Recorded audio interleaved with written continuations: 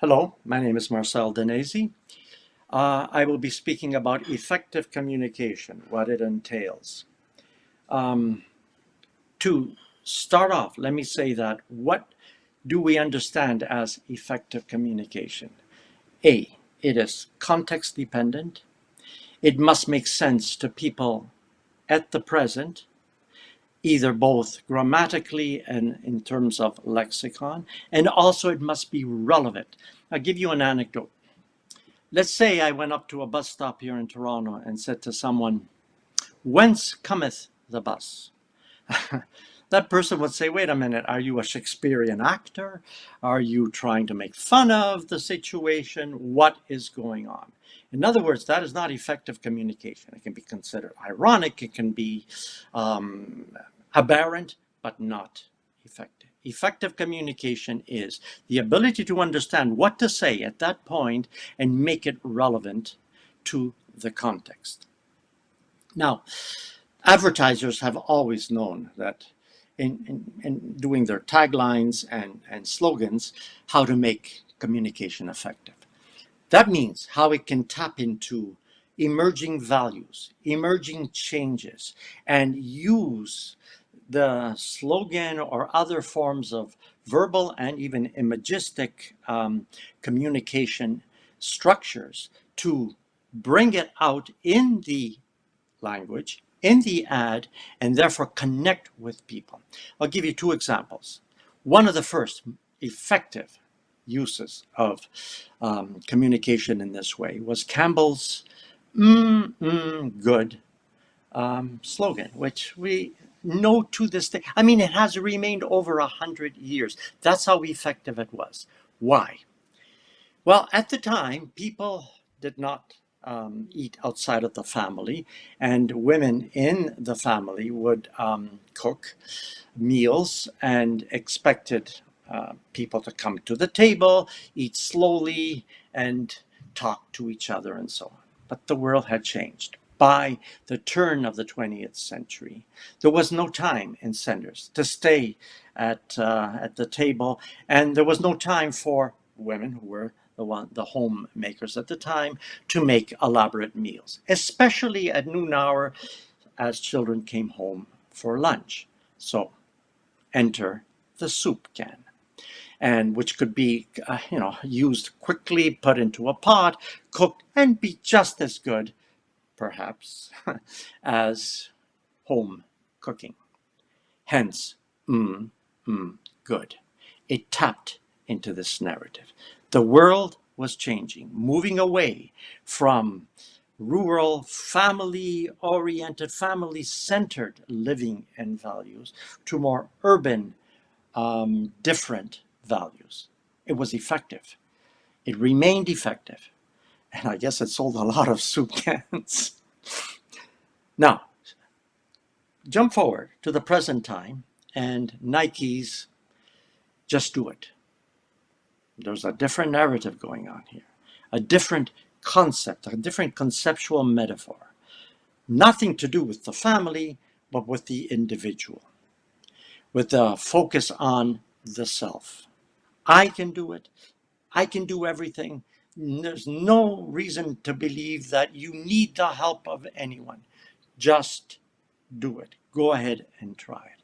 Quite a different narrative, isn't it? No need to depend on authority figures, no need to depend on traditional structures. You can do it on your own. That was the point of this introductory premise, that effective communication, which can be anything like a slogan to an entire discourse, to a political rally speech, taps into the values that are relevant, A, to the audience you are directing it to, and B, more generically, to the general discourse that is going on in society at large. So, do I have any proof for this? Well, there's no, you can't really prove anything like that. You know, a linguist, a communication theorist will look, the evidence, the data that someone like myself uses is in the language. And in the historical changes to the language and to trends within narratives, within discourses, and other broad linguistic and conceptual phenomena. So what changes the narrative? Well, there are many things that do change it, but one of these are pandemics. And let me give you an example that is a classic one. The bubonic plague, which came about in the medieval period and lasted well into the 1500s, changed everything. Before it came about, society, was also called the Dark Ages, was run by an underlying and very powerful metaphor. Life is a spiritual journey. Just think of the number of narratives that were written in that way. For example, John Bunyan's Pilgrim's Progress, and on and on. The narrative meant that people lived according to it. So spiritual values, behavior, conduct that was religious was considered to be critical. Dante in Italy even gave us a typology of sins, 7 deadly ones in the Purgatorio of his Divine Comedy. These were real. So when you evaluated people's actions, you used the same lexicon from the Divine Comedy, from John Bunyan, or wherever it was. Life was institutionalized according to that narrative. Now, when the pandemic, when the bubonic plague broke out, things changed. People died. Of course, many thought it was an act of God, or of God punishing, or whatever the derivative narrative was. But another one was emerging. It can be seen first and foremost in the evolution of fiction. Saying a lie to get at the truth. And most literary critics pinpoint Giovanni Boccaccio's 1310 classic collection of novellas, of stories, the Decameron, as the birth of fiction. It is not a coincidence that the narrative is about 10 people who escape Florence during the plague and go outside of it, and during the evenings they discuss things, but they also literally make up stories based on real life and tell it to each other. That changed everything. It changed the way people thought about life. Life is no longer just a spiritual journey, it is a human journey. That's a different narrative. And all of a sudden, fiction, much later on, became materialized in novels, in other forms that we say, well, we know they're fiction, but they're telling us the truth. It's amazing. You don't have to depend on homilies, on sermons, or on other religious narratives. You depend on human narratives now to understand yourself and the world. I think it's also no coincidence that advertising emerged as a kind of discourse based on the same metaphor of life is a human journey, although it mixes up metaphors at the beginning, and it is also directed at specific audiences. I'll leave that aside. The point is that pandemic changed everything. Now, has COVID changed everything? Yes, it has. Before I get to COVID, think of AIDS as a pandemic. When AIDS came about, the initial reaction to it was to resort to older narratives of blame against sexual behavior of a certain type. But soon it became a human narrative that embraced sexual difference and difference generally. So that pandemic there raised awareness of otherness, of what philosophers called alterity, and increased the ability of people to communicate with different people for a while anyhow. It brought people out of the restrictive narratives to a more open one. Now, what has happened with the COVID pandemic? Well, we are in another paradigm shift. It has changed the narrative. In the case of the bubonic plague and other traumatic events that have changed the world, it was easy to tap into the narrative. You could read novels, you could look at philosophical treatises. Even science itself was based on certain narratives, and you could see it, you could read it, you could rationally segment it and bring it out and say, this is where the world is at this point. That's where we have philosophy, historians, in fact, refer to the different eras in terms of the different narratives.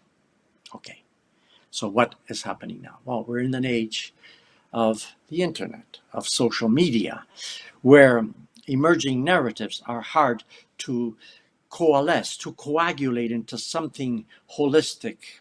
We're in a world of memes, viral videos, where things are fragmented. They literally change from day to night. However, this pandemic may be a unifying force that brings all these disparate ideas together into one. And that narrative, as far as I can see, has this metaphorical structure. Life must change. Now, you may say, well, that's been there throughout life, throughout human life. Kind of. But it's not been explicit. It has been unconscious. Going back to the bubonic plague, when the narrative changed, nobody would admit intentionally, I'm breaking away from my religious background. No, I'm changing and adapting my background to it. This is different. This says that the change must be radical, or we'll die, literally die from it. So I've been looking at things like memes on the internet, but I've also been discussing things with my own students. Before the pandemic really hit, there was already a fear of climate change. And in fact, many of my lectures, which were about communication in general, semiotics, theories, and systems of science, when questions were asked, almost invariably revolved around these new fears, these new kinds of, how can we say, pandemics of a broader kind, because climate change is a pandemic, along with COVID. The fact that the two have merged together to create a kind of meta pandemic, along with racial discrimination that is coming out more and more into the open. And in fact, if you watch certain news channels, they refer to all these movements as pandemics. But all of them coalesce around that metaphor that I was talking about, that life must change. When I'm working on a work of the Me Too movement with several colleagues in Sweden, and what we're discovering is that this metaphor of life must change is not only finding itself in old narratives, civil rights movement narratives, equal rights movement narratives, but it's giving it a new conceptual focus. That's where the power of metaphor lies. It allows you to focus on something, make it your own, and then literally absorb it. And that is what makes your own communication effective. That would make any kind of communication effective, to tap into the emerging narrative, and not only intentionally, but honestly, and I would say with a conscience. Thank you.